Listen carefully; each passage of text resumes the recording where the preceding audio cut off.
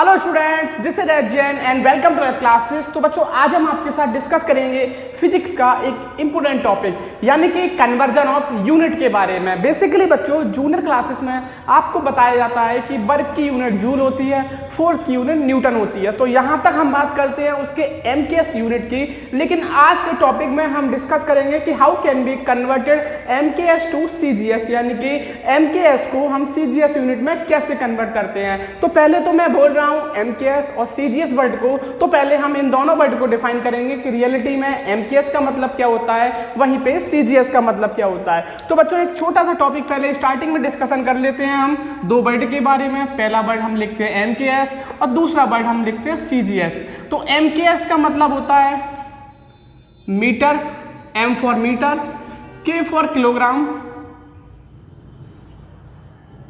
और वहीं पे अगर हम एस की बात कर लेते हैं तो एस फॉर सेकंड होता है। सिमिलरली बच्चों, ये तो एमकेएस के मीन्स थे। यहाँ पे अगर मैं सीजीएस की बात करता हूँ तो मीटर की जगह हो जाएगा सेंटीमीटर, वहीं पे किलोग्राम की जगह आ जाएगा ग्राम, और सेकंड मेरा एज इट इज रहता है। तो पहले तो हमें ये दोनों चीजें जाननी पड़ती हैं कि एमकेएस का मतलब क्या है, वहीं पे हमारा सीजीएस का मतलब क्या है। तो एमकेएस का मतलब मीटर किलोग्राम सेकंड, वहीं पे सीजीएस का मतलब सेंटीमीटर ग्राम सेकंड। अब बेसिकली बच्चों, यहाँ पे हम एक रिलेशन और जान लेते हैं कि हमारे पास मीटर और सेंटीमीटर में रिलेशन क्या होता है। तो 1 metre is also is equal to 100 centimetre की इक्वल होता है। वहीं पे अगर मैं 1 केजी की बात कर लेता हूं तो 1 kilogram is also is equal to 1000 gram की इक्वल होता है। और यहीं पे सेकंड का कन्वर्जन करते हैं तो सेकंड को सेकंड में करेंगे तो यहाँ पे कोई चेंजेस हमें नहीं मिलेगी। तो बच्चों, ये तो है यूनिट कन्वर्ज को प्रोसेस। यूनिट कन्वर्जन के लिए एक इंपॉर्टेंट प्रोसेस हमें एमकेएस और सीजीएस के बारे में जानना था। तो पहले मैंने एमकेएस के बारे में बताया और साथ ही मैंने आपको सीजीएस के बारे में बताया। तो यहाँ पे इस टॉपिक को स्टार्ट करते हैं और आपके साथ डिस्कशन करते हैं एक इंपॉर्टेंट क्वेश्चन, और आपको बताएंगे कि कैसे हम न्यूटन को डाइन में कन्वर्ट करें और जूल को अर्ज में कन्वर्ट करें, और साथ ही कुछ अच्छे अच्छे क्वेश्चन सॉल्व करेंगे। तो यहाँ पे बच्चों, सबसे पहले हम लिखते हैं कन्वर्जन ऑफ यूनिट का एक इंपॉर्टेंट फॉर्मूला, जिसको हम लिखते हैं N1 U1 is equal to N2 U2। ये फॉर्मूला क्या है बच्चों, पहले मैं आपको समझाऊंगा। यहाँ पे जैसे बेसिकली N1 का मतलब जो हमें गिवन होगा, यानी कि जैसा फॉर एग्जांपल मैंने लिखा कि 1 न्यूटन हमारी फोर्स की यूनिट होती है। तो मैंने लिखा कि फोर्स की यूनिट अगर एमकेएस में बात करेंगे तो न्यूटन मिलेगी, और हमें इसको कन्वर्ट करना है डाइन में। हमें बताना है ये कितने डाइन के इक्वल है। तो मैंने कहा यहाँ पे N1 का मतलब क्या है, तो N1 का मतलब 1 हो जाएगा। साथ ही में बात करते हैं U यानी कि न्यूटन का मतलब, तो न्यूटन का मतलब U1 होता है, और U1 यहाँ पे इसके डायमेंशनल फॉर्मूले होते हैं। सिमिलरली अगर हम डाइन की बात करेंगे तो ये भी मेरे फोर्स की यूनिट है, और इसको यहाँ पे हम U2 के टर्म में लिखते हैं, और इसके आने वाला फंक्शन N2 की वैल्यू को हमें आइडेंटिफाई करना पड़ता है। तो इस प्रोसेस को कैसे स्टार्ट करते हैं, साथ ही में पहले हम इसका एक डायमेंशनल फॉर्मूला भी डिस्कस कर लेते हैं जिसका हम यूज करेंगे। तो बच्चों, यहाँ पे जो हमारा डायमेंशनल फॉर्मूला पहले क्वेश्चन में हम यूज करेंगे, तो मैं यहाँ पे लिखता हूं कि कन्वर्ट 1 न्यूटन इनटू डाइन, यानी कि बच्चों क्वेश्चन में हमसे गिवन है कि हमें 1 न्यूटन को डाइन में कन्वर्ट करना है। यानी कि हमारा केस है कि न्यूटन और डाइन में क्या रिलेशन होता है। तो 1 न्यूटन कितने डाइन के इक्वल होता है, जैसा कि फॉर एग्जांपल 1 मीटर में 100 सेंटीमीटर होते हैं और 1 किलोमीटर में 1000 मीटर होते हैं। तो सिमिलरली वो हमसे जानना चाहता है कि 1 न्यूटन कितने डाइन के इक्वल होगा। तो पहले तो यहाँ पे हम लिखते हैं एक डायमेंशनल फॉर्मूला। ठीक है बच्चों, तो यहाँ पे लिखा मैंने फोर्स का बेसिकली बच्चों आपने जो फॉर्मूला पढ़ रखा होगा, तो force is equal to mass into acceleration. तो फोर्स को रिप्रेजेंट करते हैं एफ से, और अगर मास की बात करते हैं तो मास का डायमेंशन m लिखा जाता है। साथ ही में एक्सेलरेशन के लिए हम LT-2 लिखते हैं। अब बच्चों का डाउट कि LT-2 कैसे लिखते हैं, तो यहाँ पे हम आपको ये भी बताते हैं, जो एक्सेलरेशन होता है इसका जो यूनिट होता है वो होता है मीटर पर सेकेंड स्क्वायर। तो मीटर को तो बच्चों L से रिप्रेजेंट किया जाता है क्योंकि मीटर एक प्रकार की लेंथ रहती है। वहीं पे अगर सेकंड की बात करते हैं तो सेकंड को T से डिनोट करते हैं, तो T का स्क्वायर लगा दिया, बिकॉज यहाँ पर सेकंड का स्क्वायर था तो टी स्क्वायर किया, मीटर को एल से रिप्रेजेंट करते हैं तो एल रिप्रेजेंट किया। जब इस पूरे फंक्शन को सॉल्व किया तो टी जब ऊपर आएगा तो ये हमें मिल जाएगा एल टी माइनस टू, यानी कि एक्सेलरेशन का डायमेंशनल फॉर्मूला होता है एल टी माइनस टू। साथ ही में अगर मैं यहाँ पे मास का फॉर्मूला बताऊंगा डायमेंशनल, तो मास यानी कि किलोग्राम, इसको डिनोट करते हैं एम से। तो यहाँ पे इस कंप्लीट डायमेंशनल फॉर्मूला को अगर हम लिखेंगे कंबाइन करके तो हमें जो मिलेगा तो F is equal to MLT minus to.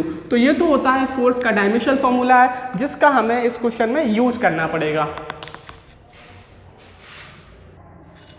ठीक है बच्चों, तो इसी के साथ हम यहाँ पे क्वेश्चन को बिगनिंग करेंगे। बेसिकली हमें क्वेश्चन में गिवन है कि हमें न्यूटन को डाइन में कन्वर्ट करना है, यानी कि आपका टास्क है कि न्यूटन को डाइन में कन्वर्ट करना है। बच्चों हम इसको डायरेक्टली भी कर सकते हैं, लेकिन हम आपको प्रॉपर मेथड से सिखाएंगे कि कैसे हम न्यूटन को डाइन में कन्वर्ट करेंगे। तो यहाँ पे न्यूटन लिखा है, यहाँ पे डाइन लिखा है। सबसे पहले मैंने यहाँ पे फॉर्मूला लिखा N1 U1 is equal to में N2 और U2। अब N1 U1 लिख लिया है, N2 U2 लिख लिया है। तो बच्चों पहले मैं आपको, ठीक है बच्चों, तो बेसिकली जैसा कि मैंने लिखा N1 U1 is equal to में N2 और U2। तो N1 की वैल्यू यहाँ पे हमें 1 न्यूटन के बने, तो N1 की वैल्यू 1 हो जाएगी। साथ ही में अगर U1 की बात करते हैं तो न्यूटन यानी कि फोर्स का यूनिट होता है, तो न्यूटन के प्लेस पे यहाँ पे हम U1 की वैल्यू को पुट करेंगे, उसका डायमेंशनल फॉर्मूला तो लिखा MLT माइनस टू। लेकिन बच्चों ये U1 है तो सारे नंबरों के आगे मैंने यहाँ पे 1 1 इंडिकेट कर लिया। साथ ही में अगर N2 की बात करते हैं तो ये मुझे आइडेंटिफाई करना है, तो N2 को मैंने N2 के टर्म में ही लिखा। अब हमें U2 की वैल्यू को पुट करना है, तो U2 यानी कि डाइन, और डाइन भी किसका ही फॉर्मूला है बच्चों, फोर्स का। तो डाइन की जगह हम क्या, यहाँ पे U2 की जगह हम क्या लिखेंगे, MLT माइनस टू। लेकिन इन सबको मैं रिप्रेजेंट कर दूंगा M2 L2 और T2 की पावर माइनस टू। अब हमें जिसकी वैल्यू को आइडेंटिफाई करना है तो हमें N2 की वैल्यू को निकालना है, तो N2 को मैंने एज इट इज लिखा। बाकी सारे फंक्शनों को, इन फंक्शनों को इसके नीचे अरेंज किया। कैसे करेंगे, यहाँ पे M1 और इसके नीचे M2, यानी कि M1 को M1 के और M2 के फंक्शन को साथ में लिखा। इसी मेथड से L1 और L2 के फंक्शन को साथ में लिखा। सिमिलरली मैंने T1 और T2 के फंक्शन को साथ में लिखा, और इस होल की पावर माइनस का 1/2, बिकॉज यहाँ पे T की पावर गिवन दे रखी है। N2 को तो बच्चों एज इट इज लिखा। अब मैं आपको बता दूं, ये जो पहला फंक्शन होता है ये हमारा MKS होता है, यहाँ पे जो दूसरा फंक्शन होता है वो CGS होता है। अगर पहला फंक्शन MKS है तो ये मास होता है, और मास की यूनिट होती है किलोग्राम, और M2 का मतलब होता है CGS, और CGS का अगर हम देखेंगे तो मास की यूनिट होती है ग्राम। ठीक है बच्चों, यहाँ पे L1 को देखा तो L1 हमारा MKS के अंदर होता है मीटर, और CGS के अंदर होता है सेंटीमीटर। वहीं पे टाइम की बात करते हैं तो टाइम हमारा MKS में भी सेकंड होता है, और टाइम हमारा CGS में भी सेकंड होता है, और इस होल की पावर हमने लगा दी -2। तो आगे बढ़ते हैं इसी के साथ यहाँ पे बच्चों, तो मैंने लिखा अब हमें इन फंक्शनों को कैंसिल आउट करना है। तो सेकंड से तो सेकंड को हम इजीली कैंसिल आउट कर सकते हैं। यहाँ पे किलोग्राम है और यहाँ पे ग्राम है, तो पहले हमें क्या करना पड़ेगा, किसी फंक्शन को सेम में कन्वर्ट करना है। तो मैंने लिखा 1 kilogram is also is equal to 1000 gram, और नीचे वाला 1000, नीचे वाला ग्राम को मैंने एज इट इज लिखा। साथ ही में बात करते हैं मीटर को सेंटीमीटर में कन्वर्ट करना है, तो मैंने लिखा 1 metre is equal to 100 centimetre, और नीचे वाला मेरा एज इट इज सेंटीमीटर। और यहाँ पे बात की तो मैंने लिखा सेकंड कैंसिल हुआ, तो ये मेरा 1 आ जाएगा, और 1 की पावर -2। तो यहाँ पे ग्राम से ग्राम कैंसिल, सेंटीमीटर से सेंटीमीटर कैंसिल। तो यहाँ पे मेरे पास ये 1000 लिखा हुआ है और ये 100 लिखा हुआ है, और 1 की पावर -2 है। तो बच्चों 1 की पावर हम कितनी भी करेंगे तो उसका आंसर 1 ही मिलेगा, तो 1 से हमें कोई फर्क नहीं मिलने वाला है। तो केवल हमें इन नंबरों को लिखना है। तो यहाँ पे मैंने लिखा 1000, और ये हमारा प्लस इसके साथ 2 0 और ऐड हो जाएंगे। तो इस पूरे फंक्शन को अगर हम लिखेंगे तो इसको हम लिख सकते हैं 10 की पावर 5। बच्चों आप काउंट भी कर सकते हो 1 2 3 4 और 5, यानी कि इस पूरे फंक्शन को मैं एक वर्ड में लिखूंगा, तो यहाँ पे इसका जो आंसर मिलेगा वो 10 की पावर 5 मिलेगा। अब हमारा जो फाइनल आंसर मिला तो N2 इज इक्वल टू 10 की पावर 5, यानी कि, और N2 को हम क्या लिखेंगे, यहाँ पे हमें N2 की वैल्यू पता चली 10 की पावर 5। तो फिर हम यहाँ से लिख सकते थे कि जो हमारा 1 न्यूटन है जो किसके इक्वल होता है 10 टू पावर 5 डाइन के। तो आपने ये 9th क्लास में ये पढ़ भी रखा होगा कि न्यूटन को डाइन में कन्वर्ट करना है तो हम उसको 10⁵ लिख देते हैं। लेकिन बच्चों अब मैंने आपको बताया कि कंप्लीट कन्वर्जन हम उसको कैसे करते हैं। तो ये तो था 1 newton is equal to 10⁵ dyne. Similarly second question में हम डिस्कस करेंगे कि हम कैसे जूल को अर्ज में कन्वर्ट कर सकते हैं। ठीक है बच्चों, इसी के साथ हमारा सेकंड क्वेश्चन।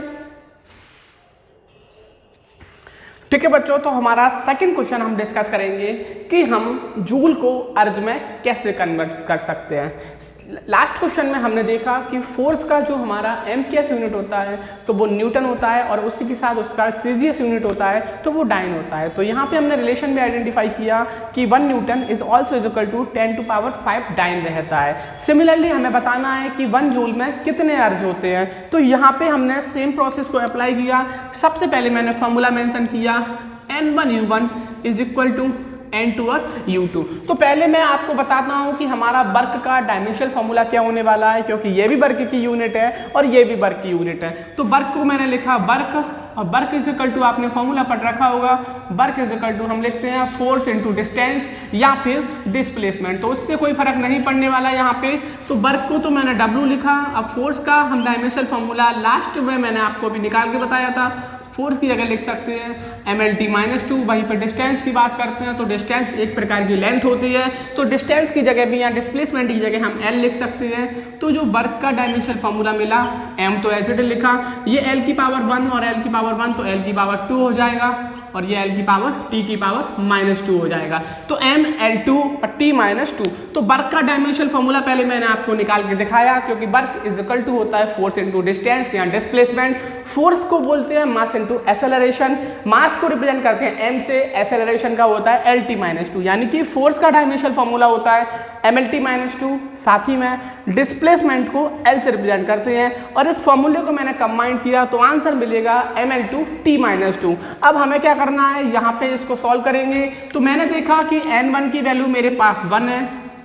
वहीं पे बात करते हैं तो U1 की, तो U1 का मतलब जूल और जूल मतलब वर्क। तो यहाँ पे ये डायमेंशनल फॉर्मूला पुट करना है, लेकिन यहाँ पे इसको इंडिकेट करेंगे M1 L1 की पावर 2 और T1 की पावर -2। साथ ही में मैंने N2 को तो एज इट इज लिखा। अब U2 की बात कर लेते हैं तो U2 की जगह सेम फॉर्मूला, बस यहाँ पे इंडिकेट किया M2 L2 और T2 की पावर -2।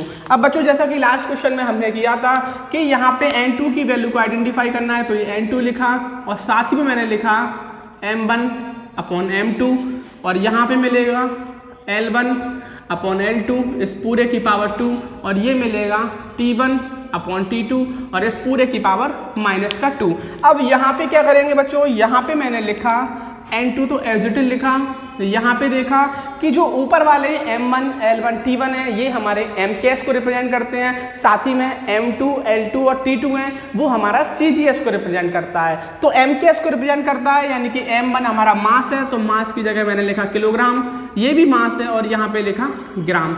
इसी के साथ L1 मीटर और L2 सेंटीमीटर। टाइम को देखा तो सेकंड और टाइम को देखा तो सेकंड और पूरे की पावर -2 लिख दिया। अब हमने क्या किया, यहाँ पे इनको कन्वर्जन किया तो मैंने लिखा 1 kilogram is also equal to 1000 gram और नीचे वाला भी एज इट इज ग्राम लिखा। तो 1 मीटर को लिखा तो 100 सेंटीमीटर और ये भी मैंने सेंटीमीटर को एज इट इज लिखा। सेकंड को सेकंड से कैंसिल आउट किया, ये 1 बचा और 1 की पावर -2 बचा। ग्राम से ग्राम कैंसिल, सेंटीमीटर से सेंटीमीटर कैंसिल। तो N2 की जो वैल्यू मिली, यानी कि बच्चों यहाँ पे देखा तो ये तो मेरा 1000, यहाँ पे आ जाएगा 102 टाइम्स क्योंकि 100 का स्क्वायर लगा रखा है। तो यहाँ पे हम इसको सॉल्व करेंगे तो ये हमें मिलेगा 10 की पावर 7 और N2 की वैल्यू हमें 10 की पावर 7 पता चली, यानी कि हम लिख सकते हैं कि जो 1 जूल है वो 10 की पावर 7 अर्ज के इक्वल होता है। तो जूल तो MKS यूनिट होती है वर्क की, साथ ही में CGS यूनिट अर्ज रहती है और रिलेशन जूल में और अर्ज में 10 की पावर 7 का होता है। ठीक है बच्चों, ये तो था हमारा question number 2 conversion of unit का। इसी के साथ हमारा क्वेश्चन नंबर 3 एक और इंपोर्टेंट क्वेश्चन, उससे पहले आप इसको नोट डाउन कर सकते हो। ठीक है, ठीक है बच्चों, तो इसी के साथ हम पहुंचे हैं क्वेश्चन नंबर 3 पे और एक इम्पोर्टेंट क्वेश्चन के साथ ही साथ बच्चों इसका डायमेंशनल फॉर्मूला भी काफ़ी इंपॉर्टेंट है जो हमसे एग्जाम में 1 नंबर में बेसिकली पूछ लिया जाता है। तो हम यहाँ पे आपको उसका डायमेंशनल फॉर्मूला भी डिस्कस करेंगे और साथ ही में उसका जो हमसे क्वेश्चन पूछा गया है वो भी हम बताएंगे कि कैसे हम उसको कन्वर्ज करेंगे। ठीक है बच्चों, कन्वर्जन करना है तो पहले हमें यहाँ पे गिवन है the value of universal gravitational constant, यानी कि यूनिवर्सल ग्रेविटेशनल कांस्टेंट जिसको हम रिप्रेजेंट करते हैं कैपिटल जी से। ये वैल्यू आपने 9th क्लास में पढ़ भी रखी होगी यहाँ पे। तो कैपिटल जी का जो वैल्यू रहता है वो 10 to 6.67, लेकिन बच्चों यहाँ पे हमें गिवन है 6.6 और 10 to पावर माइनस का 11 और आगे इसकी यूनिट गिवन है न्यूटन मीटर स्क्वायर और पर केजी स्क्वायर इन एसआई, यानी कि एसआई सिस्टम में हमें उसकी यूनिट गिवन है और हमको उसको सीजीएस में कन्वर्ट करना पड़ेगा। तो सीजीएस में कन्वर्ट करने से पहले यहाँ पे हमें जानना पड़ेगा इसका डायमेंशनल फॉर्मूला। तो बात करते हैं यहाँ पे डायमेंशनल फॉर्मूला को कैसे आइडेंटिफाई करोगे। तो बच्चों यहाँ पे मैंने लिखा F = G m1 m2 upon R square. ये फॉर्मूला आपने पढ़ रखा होगा। यहाँ पे ये ग्रेविटेशनल फोर्स का फॉर्मूला होता है F = G m1 m2 upon R square. हमें G की वैल्यू को आइडेंटिफाई करना है तो G = मिलेगा F आर स्क्वायर और अपॉन में m1 और m2।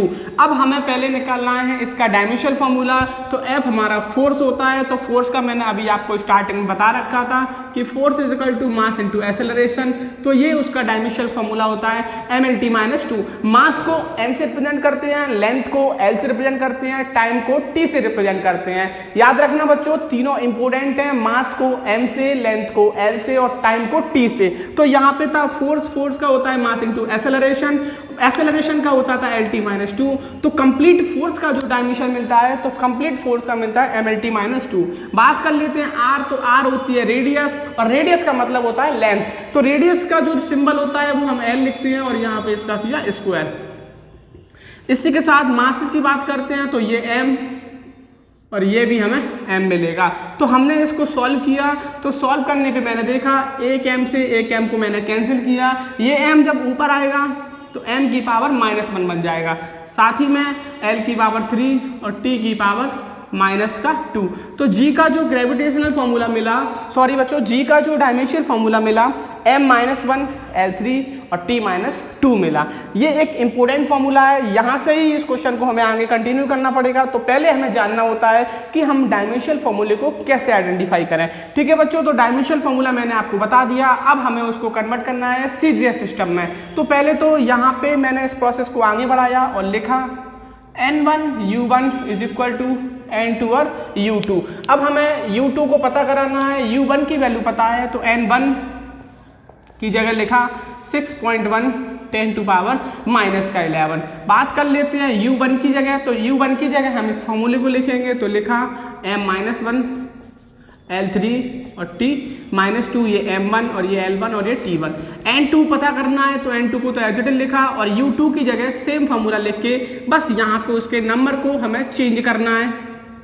तो l2 3 पावर उसकी और ये t और इसकी पावर -2। इतना करने के बाद अब हमें क्या करना है, इस फंक्शन को तो मैंने एज इट इज लिखा 6.6 10 to पावर -11। बच्चों लास्ट प्रोसेस के अकॉर्डिंग यहाँ पे भी सेम किया, लिखा m1/m2 होल की पावर -1 और यहाँ पे लिखा l1/l2 होल की पावर 3 और यहाँ पे लिखा t1/t2 और होल की पावर -2 = में n2 लिख दिया। तो यहाँ पे लिखा 6.6 और 10 to पावर -11। मास लिखा हुआ है तो कन्वर्ट करना है तो किलोग्राम को यहाँ पे ग्राम में लिखा, ये लिखा मीटर और इसी के साथ ये सेंटीमीटर, इसकी पावर -1, इसकी पावर 3 और ये हमने लिखा सेकंड और इसी के साथ इसको लिखा सेकंड पूरे की पावर -2 और आगे हमने लिख दिया n2। तो सबसे पहले तो सेकंड से सेकंड को कैंसिल किया और ये लिखा 6.6 10 to पावर -11। किलोग्राम की जगह हम ग्राम, थाउजेंड और ग्राम और अपॉन में ग्राम, इस होल की पावर -1। यहाँ पे मीटर की जगह 100 सेंटीमीटर और ये सेंटीमीटर होल की पावर 3 और ये 1 और 1 की पावर -2 इज इक्वल टू में n2 लिख दिया। इतना करने के बाद बच्चों यहाँ पे ग्राम से ग्राम को कैंसिल किया, सेंटीमीटर से सेंटीमीटर को कैंसिल किया। अब जो बचा हुआ फंक्शन उसको हम लिखते हैं, तो लिखा 6.6 10⁻11। बच्चों ये है 1000 की पावर -1, तो ये हमें लिखना पड़ेगा 1/1000 इंटू में यहाँ पे लिखा है 100 की पावर 3, तो 100 इंटू 100 और इंटू में 100 और 1 की पावर -2 है, यानी कि -2 हमारा 1 की पावर कुछ भी रहता है तो उसका आंसर हमें 1 मिलता है। तो ये कैंसिल आउट करेंगे, 2 जीरो कैंसिल, यहाँ पे 1 जीरो कैंसिल। तो इस फंक्शन की जो वैल्यू मिली तो 6.6 10⁻11 और यहाँ पे देखा तो हमारे पास बचा 10 की पावर 3, क्योंकि 1 2 3 पावर रिमेनिंग है, तो यहाँ पे लिखा 10⁻3। तो इसको हम लिख सकते हैं 6.6 और -11 और +3 यानी कि -8। और आगे जब कन्वर्ट करेंगे तो न्यूटन चला जाएगा डाइन में, मीटर चला जाएगा सेंटीमीटर स्क्वायर में और किलोग्राम चला जाएगा ग्राम स्क्वायर में। तो ये तो हमें मिली n2 की वैल्यू यानी कि 6.6 और 10⁻8।